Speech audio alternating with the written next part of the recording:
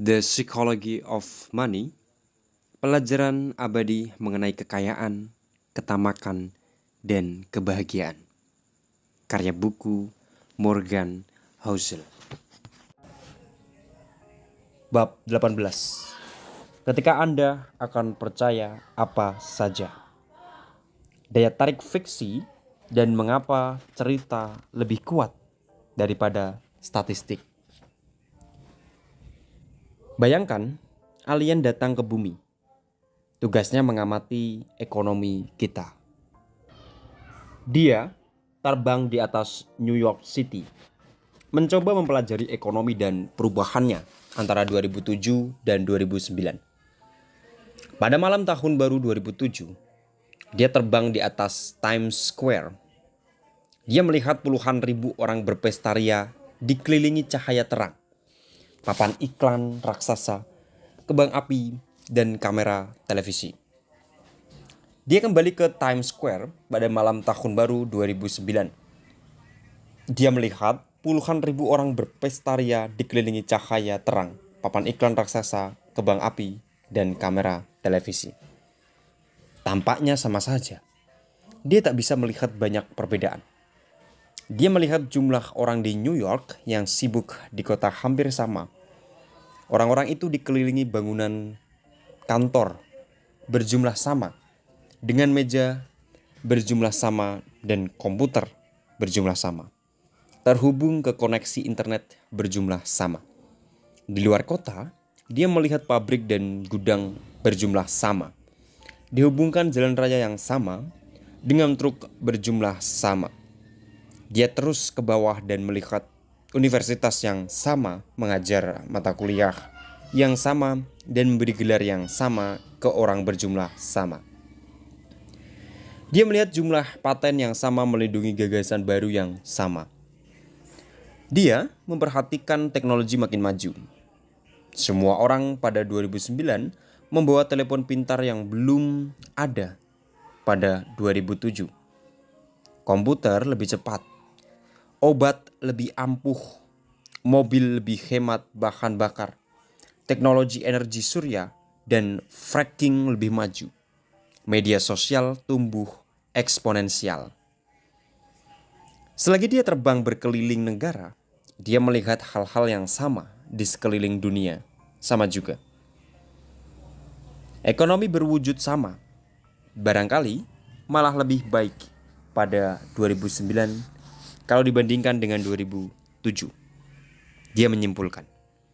Kemudian dia melihat angka-angka. Dia kaget melihat rumah tangga Amerika Serikat lebih miskin 16 triliun dolar pada 2009 dibanding 2007. Dia terkejut menyadari ada tambahan 10 juta orang Amerika yang kehilangan pekerjaan. Dia tak percaya ketika mempelajari bahwa bursa saham bernilai separuh nilai 2 tahun sebelumnya. Dia tak percaya ketika mengetahui bahwa perakiraan potensi ekonomi merosot. Saya tak mengerti, katanya. Saya sudah melihat kota-kota, saya sudah melihat pabrik-pabrik. Kalian punya pengetahuan yang sama, alat yang sama, gagasan yang sama. Tidak ada yang berubah. Kenapa kalian jadi lebih miskin? Kenapa kalian jadi lebih pesimis? Ada satu perubahan yang alien tak bisa lihat antara 2007 dan 2009. Cerita yang kita sampaikan ke diri sendiri mengenai ekonomi pada 2007, kita bercerita mengenai kestabilan harga rumah, kebijaksanaan bankir, dan kemampuan pasar uang menetapkan harga resiko dengan akurat. Pada 2009, kita berhenti mempercayai cerita itu. Itu satu-satunya yang berubah. Namun itulah yang mengubah dunia. Sesudah narasi bahwa harga rumah akan terus naik patah, KPR macet bertambah. Kemudian bank kehabisan uang, sehingga mengurangi pinjaman ke bisnis lain. Menyebabkan PHK, menyebabkan pengurangan belanja, menyebabkan lebih banyak PHK, dan seterusnya. Selain menggunakan narasi baru, kita punya kapasitas kekayaan dan pertumbuhan yang identik kalau bukan lebih besar pada 2009 bila dibandingkan dengan 2007. Namun, ekonomi mendapat pukulan terburuk dalam 80 tahun. Itu berbeda dengan misalnya Jerman pada 1945 yang basis manufakturnya hancur, atau Jepang pada 2000-an yang populasi usia kerjanya menyusut. Itu kerusakan ekonomi nyata pada 2009. Kita menyebabkan kerusakan naratif kepada diri sendiri yang cukup parah. Itulah salah satu kekuatan terbesar yang ada dalam ekonomi. Bila kita berpikir mengenai pertumbuhan ekonomi, bisnis, investasi, dan karir, kita cenderung berpikir mengenai hal-hal nyata. Berapa barang yang kita miliki dan apa yang bisa kita lakukan? Namun, cerita adalah kekuatan terbesar dalam ekonomi sejauh ini. Cerita adalah bahan bakar yang bisa membuat bagian nyata ekonomi bekerja, atau rem yang menghentikan kemampuan kita. Di tingkat personal, ada dua hal yang perlu diingat mengenai dunia yang didorong cerita ketika mengelola uang Anda. Satu, makin Anda ingin sesuatu itu benar, makin besar kemungkinan Anda percaya satu cerita yang memperbesar kemungkinan sesuatu itu benar. Kapankah hari paling bahagia dalam hidup Anda? Dokumenter How to Live Forever mengajukan pertanyaan polos itu kepada seorang perempuan berumur 100 tahun yang memberi tanggapan menakjubkan. Armistice Day, katanya, merujuk ke kesepakatan pada 1918 yang mengakhiri Perang Dunia I. Mengapa? Tanya produser. Karena kami tahu tak bakal ada perang lagi, katanya. Perang Dunia II bermula 21 tahun sesudahnya, menewaskan 75 juta orang. Ada banyak hal dalam kehidupan yang kita anggap benar, karena kita benar-benar ingin hal-hal itu benar. Saya menyebutnya fiksi yang menarik. Dampaknya besar kepada bagaimana kita berpikir mengenai uang, terutama investasi dan ekonomi. Fiksi menarik muncul ketika Anda cerdas, ingin mendapat solusi, tapi menghadapi kombinasi kendali terbatas dan taruhan besar. Fiksi menarik sangat kuat, bisa membuat Anda percaya hampir segala hal. Baca contoh singkat berikut. Putra Ali Hajaji sakit. Para tertua di desa Yaman tempat Ali tinggal mengusulkan pengobatan tradisional. Tusukkan ujung tongkat membara ke dada putranya agar penyakit hilang dari tubuhnya. Sesudah prosedur itu, Hajaji berkata kepada The New York Times, "Bila Anda tak punya uang dan putra Anda sakit, Anda akan percaya segalanya." Pengobatan sudah ada selama ribuan tahun. Pengobatan ampuh baru ada lama sesudahnya. Sebelum ada metode saintifik dan penemuan kuman, orang menangani penyakit dengan mengeluarkan darah, membuat kelaparan, melubangi tubuh agar roh jahat keluar, dan berbagai penanganan lain yang hanya mempercepat kematian. Tampak gila, namun jika Anda benar-benar butuh solusi dan tidak tahu atau tidak bisa mendapat solusi bagus segera, jalur paling gampang adalah ke arah penalaran Hajaji. Percaya apa saja. Bukan cuma mencoba apa saja, melainkan percaya. Pada masa wabah besar London, Daniel Defoe menulis, pada 1722, orang lebih suka ramalan dan astrologi, mimpi, dan dongeng daripada sebelumnya. Almanak menakutkan bagi mereka. Tiang rumah dan pojok jalan ditempeli selebaran dari dokter dan orang-orang tak tahu apa-apa, tapi mengajak orang agar berobat ke mereka. Biasanya bertuliskan mulu, pil pencegah wabah pasti ampuh, obat infeksi dijamin manjur, pelindung hebat dari hawa jahat. Wabah itu membunuh seperempat penduduk London dalam 18 bulan. Anda akan percaya hampir segala hal ketika taruhannya sebesar itu. Sekarang pikirkan bagaimana gabungan keterbatasan informasi dan taruhan besar juga mempengaruhi keputusan finansial kita. Mengapa orang mendengarkan komentar investasi di TV yang rekam jejak keberhasilannya payah? Sebagian karena taruhan dalam investasi sangat besar. Pilih seberapa saham yang tepat dan Anda bisa jadi kaya tanpa banyak usaha. Jika ada peluang 1%, prediksi seseorang akan terbukti. Dan kalau terbukti, hidup Anda akan berubah. Tidak aneh kalau Anda perhatikan dia. Siapa tahu. Dan ada banyak sekali pendapat finansial. Sehingga sesudah Anda memilih satu strategi atau posisi, Anda berinvestasi kepadanya secara finansial dan mental. Jika Anda ingin saham tertentu naik 10 kali lipat, itulah kelompok Anda. Jika Anda pikir sesuatu kebijakan ekonomi akan memicu hyperinflasi, itulah kubu Anda. Boleh jadi peluang taruhannya kecil. Masalahnya, penonton tak bisa atau tak mau mengkalibrasi peluang kecil seperti 1%. Banyak yang memilih bertahan di keyakinan teguh bahwa apa yang mereka inginkan benar pasti benar. Namun mereka hanya melakukan itu karena ada peluang hasil besar. Investasi adalah satu di antara sedikit bidang yang menawarkan kesempatan imbalan ekstrim setiap hari. Orang percaya tipu-tipu finansial lebih sering daripada misalnya tipu-tipu ramalan cuaca karena imbalan atas prediksi tepat arah bursa saham minggu depan itu beda dengan imbalan atas memprediksi apakah minggu depan cerah atau hujan. Pertimbangkan bahwa 85% reksadana mutual aktif mendapat hasil di bawah patokan selama 10 tahun sampai 2018. Angka itu sudah cukup stabil selama beberapa generasi. Barangkali Anda berpikir bahwa industri dengan performa seburuk itu bakal tersingkir dan susah bertahan. Namun ada hampir 5 triliun dolar yang diinvestasikan di reksadana demikian. Beri orang kesempatan berinvestasi bersama Warren Buffett berikutnya.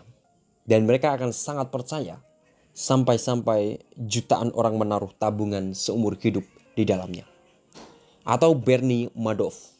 Kalau dilihat sesudah kejadian, skema Ponzi-nya seharusnya mudah ketahuan. Dia melaporkan hasil yang tak pernah berubah di audit perusahaan akuntan yang relatif tak dikenal dan menolak mengungkapkan informasi mengenai bagaimana hasil itu didapat. Namun Madoff mendapat miliaran dolar dari beberapa investor paling canggih di dunia. Dia memberi cerita menarik dan orang ingin percaya kepadanya. Itu alasan penting mengapa ruang untuk kesalahan, keluasan, dan independensial finansial. Tema-tema penting yang dibahas di bab-bab terdahulu sangat penting. Makin besar kesenjangan antara apa yang Anda inginkan benar dan apa yang Anda perlukan benar agar hasil bisa diterima, makin besar perlindungan bagi Anda dari fiksi finansial menarik. Ketika berpikir mengenai ruang untuk kesalahan dalam perakiraan, ada godaan berpikir bahwa hasil potensialnya berkisar dari yang didapat jika keputusan Anda cukup tepat, sampai amat sangat tepat. Namun, risiko terbesar adalah kalau Anda sangat-sangat tepat. Kalau Anda sangat ingin sesuatu benar sampai kisaran perakiraan Anda jauh dari realitas. Pada rapat terakhir pada 2007, Federal Reserve memprediksi pertumbuhan ekonomi 2008 dan 2009. Karena sudah khawatir ekonomi melemah, prediksinya tak optimis. Ada prediksi kisaran pertumbuhan potensial 1,6% terendah, 2,8% tertinggi. Itu margin keamanan, ruang untuk kesalahan. Kenyataannya, ekonomi terkontraksi di atas 2%. Artinya, perkiraan terendah Fed meleset hampir 3 kali lipat. Pembuat kebijakan sukar memprediksi resesi, karena resesi akan membuat karir mereka rumit. Jadi, proyeksi terburuk pun jarang mengharapkan apapun yang lebih buruk daripada pertumbuhan lambat. Itu fiksi menarik dan gampang dipercaya karena harapan lebih buruk. Terlalu menyakitkan untuk dipertimbangkan. Pembuat kebijakan adalah sasaran empuk untuk kritik. Tapi, kita semua melakukan prediksi seperti mereka sampai batas tertentu. Dan kita melakukannya di kedua arah. Jika Anda pikir resesi akan datang dan Anda menjual semua saham Anda sebagai persiapan, pandangan Anda atas ekonomi tiba-tiba akan dilencengkan oleh apa yang Anda inginkan terjadi. Tiap perkembangan, tiap anekdot akan tampak seperti petanda kehancuran yang akan datang, barangkali bukan karena memang terjadi, melainkan karena Anda ingin itu terjadi. Insentif adalah motivator kuat, dan kita harus selalu ingat bagaimana insentif mempengaruhi tujuan dan wawasan finansial kita sendiri. Ingat, tak ada kekuatan lebih besar dalam keuangan daripada ruang untuk kesalahan. Dan makin tinggi taruhannya, seharusnya makin luas ruang untuk kesalahan. 2. Semua orang punya pandangan yang tak lengkap atas dunia. Namun, kita membentuk narasi utuh untuk mengisi kekosongannya. Putri saya berumur sekitar 1 tahun sewaktu saya menulis ini. Dia ingin tahu segala sesuatu dan belajar dengan cepat sekali. Namun, kadang saya pikir mengenai semua yang dia belum pahami. Dia tak tahu mengapa ayahnya pergi bekerja setiap pagi, konsep tagihan, anggaran, karir, promosi, dan menabung untuk pensiun sepenuhnya asing bagi dia. Bayangkan mencoba menjelaskan Federal Reserve, derivatif kredit, atau nafta ke dia. Mustahil.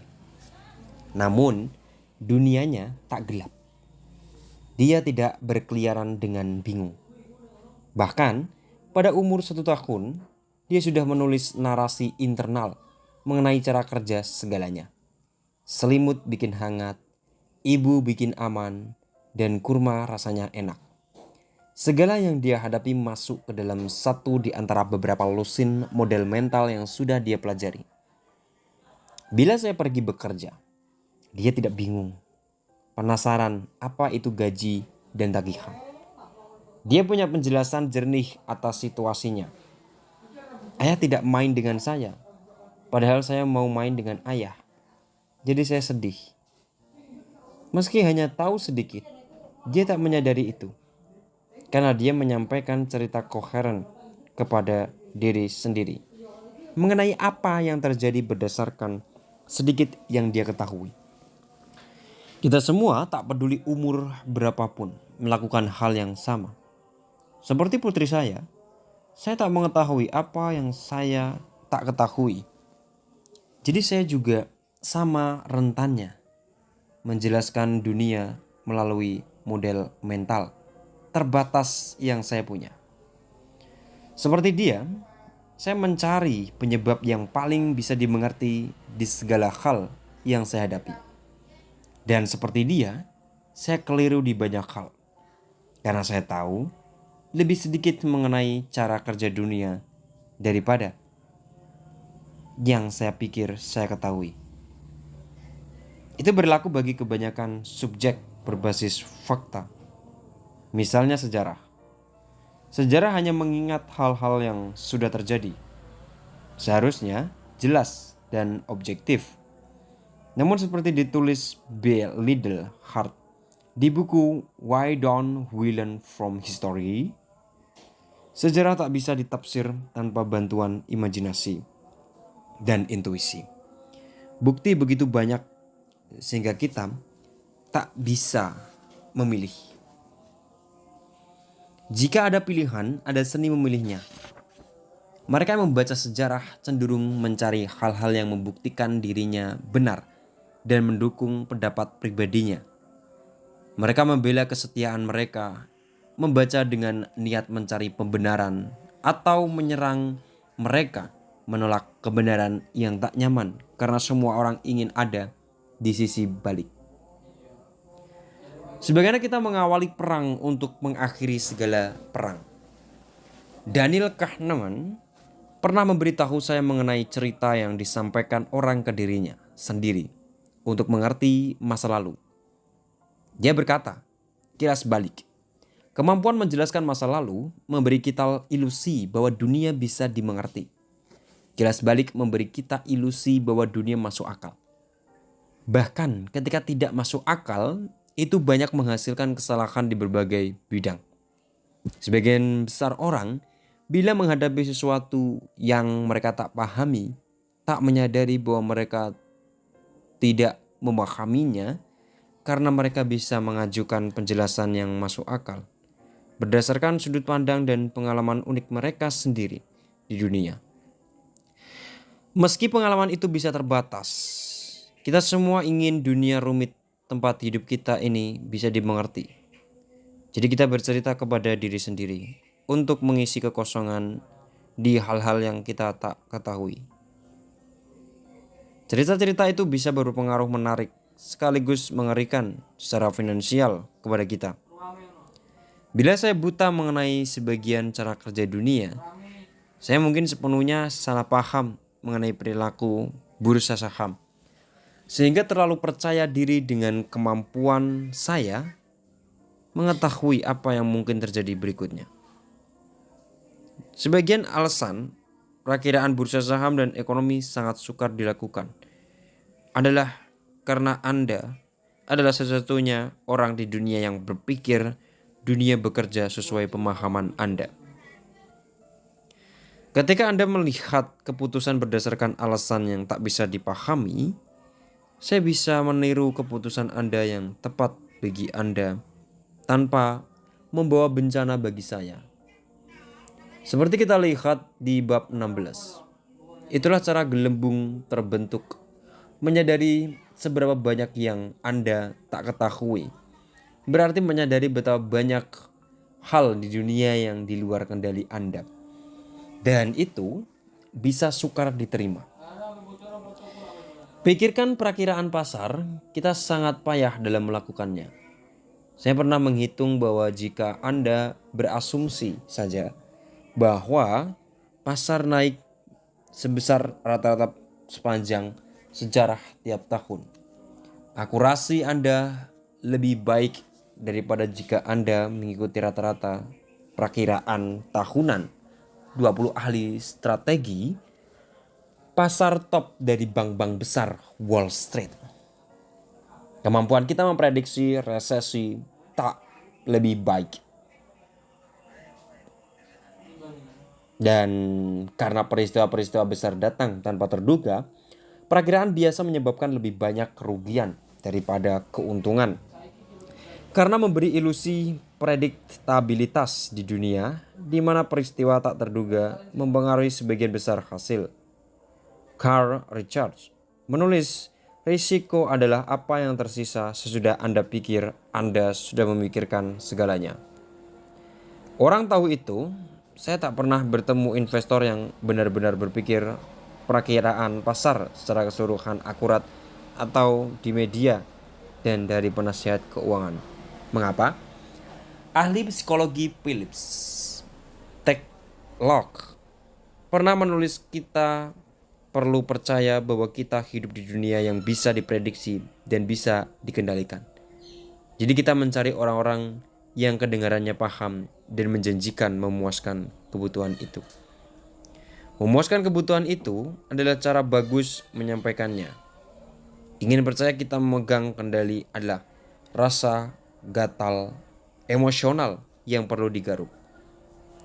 Bukan masalah analisis untuk dihitung atau dijawab.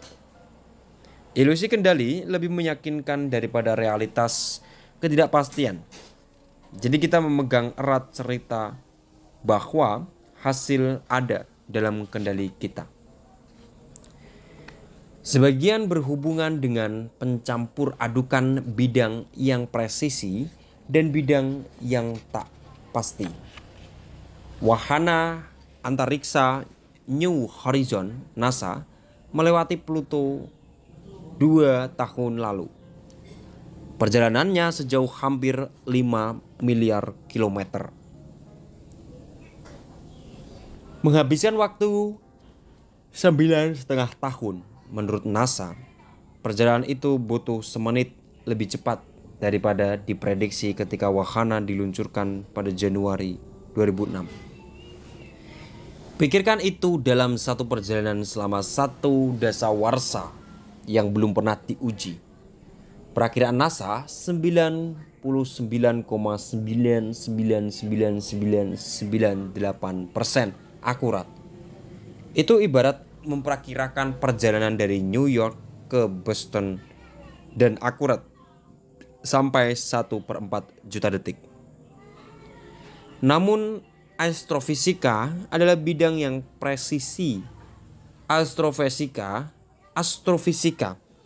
tak dipengaruhi tingkat pola dan emosi manusia seperti keuangan, bisnis, ekonomi, dan investasi adalah bidang-bidang dengan ketidakpastian.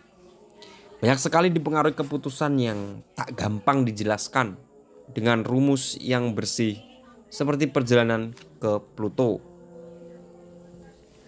Namun, kita mati-matian menginginkannya seperti perjalanan ke Pluto karena gagasan insinyur NASA memegang kendali 99,9998%. Hasil itu indah dan menyenangkan. Saking menyenangkannya, kita tergoda bercerita kepada diri sendiri mengenai seberapa banyak kendali yang kita miliki di bagian lain. Kehidupan kita seperti uang. Kahneman pernah menjelaskan jalan yang diambil cerita-cerita itu. Bila merencanakan, kita memusatkan perhatian ke apa yang kita ingin lakukan dan bisa lakukan. Mengabaikan rencana dan keahlian orang lain dan keputusannya boleh jadi memengaruhi hasil kita. Dalam menjelaskan masa lalu dan memprediksi masa depan, kita fokus ke peran keahlian dalam sebab akibat dan mengabaikan peran keberuntungan. Kita memperhatikan apa yang kita ketahui dan tak memperhatikan apa yang kita tak ketahui. Membuat kita terlalu percaya diri dengan kepercayaan kita. Dia menjabarkan bagaimana itu berdampak kepada bisnis. Saya beberapa kali bertanya ke pendiri dan pegawai perusahaan rintisan inovatif, sampai mana hasil usaha Anda bergantung kepada apa yang Anda lakukan di perusahaan? Itu jelas pertanyaan mudah. Jawabannya datang dengan cepat dan tidak pernah di bawah 80%. Bahkan bila mereka tak yakin akan berhasil, orang-orang pemberani itu berpikir nasib mereka hampir sepenuhnya di tangan mereka sendiri. Mereka jelas keliru. Hasil suatu perusahaan rintisan juga bergantung kepada pencapaian pesaingannya dan perubahan pasar. Bukan hanya usahanya sendiri, namun para wira swasta secara alami memusatkan perhatian ke apa yang mereka paling tahu. Rencana dan tindakan mereka, serta ancaman dan kesempatan yang paling dekat. Seperti ketersediaan perdanaan. Mereka tak tahu banyak mengenai persaingan. Sehingga menganggap wajar membayangkan masa depan di mana persaingan tak berperan besar. Kita semua begitu, sampai batas tertentu. Dan seperti putri saya, itu tak mengganggu kita sedikit pun. Kita tak berkeliaran dengan membuta dan bingung. Kita harus berpikir bahwa dunia tempat kita berada itu masuk akal. Berdasarkan apa yang kebetulan kita ketahui, Anda sukar untuk maju jika merasa yang sebaliknya. Namun, bagaimana dengan alien yang berkeliling bumi? Yang percaya dia tahu apa yang terjadi berdasarkan apa yang dia lihat. Tapi ternyata sepenuhnya keliru. Karena dia tak tahu cerita yang terjadi di dalam kepala semua orang lain. Dia adalah kita.